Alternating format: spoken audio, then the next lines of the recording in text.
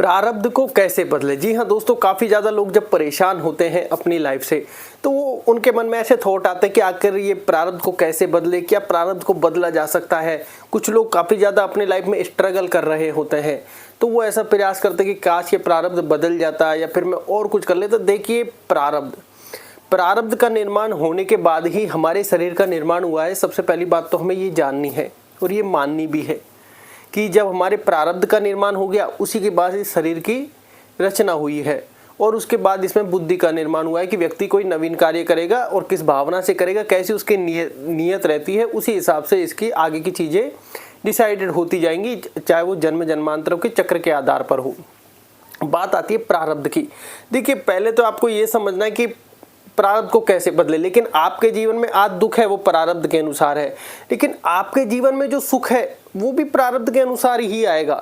कि जैसे मान लो आपके जीवन में अभी आपको ऐसा लग रहा है कि यार हम क्या करें, जीवन में अभी कुछ समझ में नहीं आ रहा, दुख का समय चल रहा है।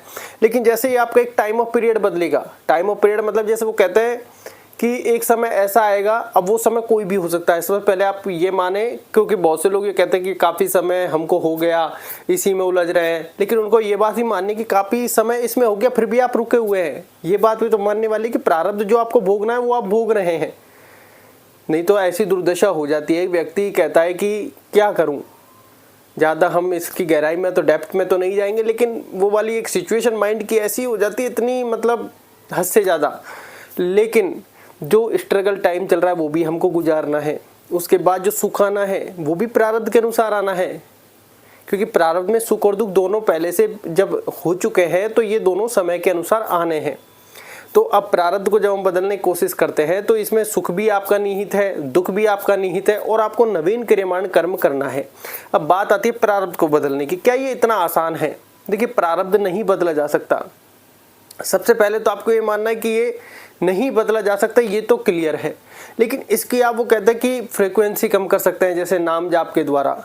ठीक है, क्योंकि ईश्वर का नाम लेंगे तो ईश्वर हमारी कहीं ना कहीं वो प्रारब्ध जैसे हमको भोगना है उस समय हमको मानसिक शांति दे देंगे। कोई बड़ा पत्थर आके लगना है वो छोटे कंकड़ में बदल गया, मतलब ये सारी चीज़ें। या फिर उस समय हमारे दिमाग में कोई थॉट नहीं आ रहा, या फिर हम कोई मेंटल प्रॉब्लम में नहीं फंस रहे, कोई मानसिक अशांति हमको नहीं खाई जा रही, ये इस प्रकार की। क्योंकि आज हम जो परेशान हैं, आज देखोगे कि 2 वक्त की रोटी आपको चैन से मिल रही होगी, लेकिन आपके माइंड में कहीं कि आपके जीवन में मानसिक अशांति बहुत ज़्यादा होगी।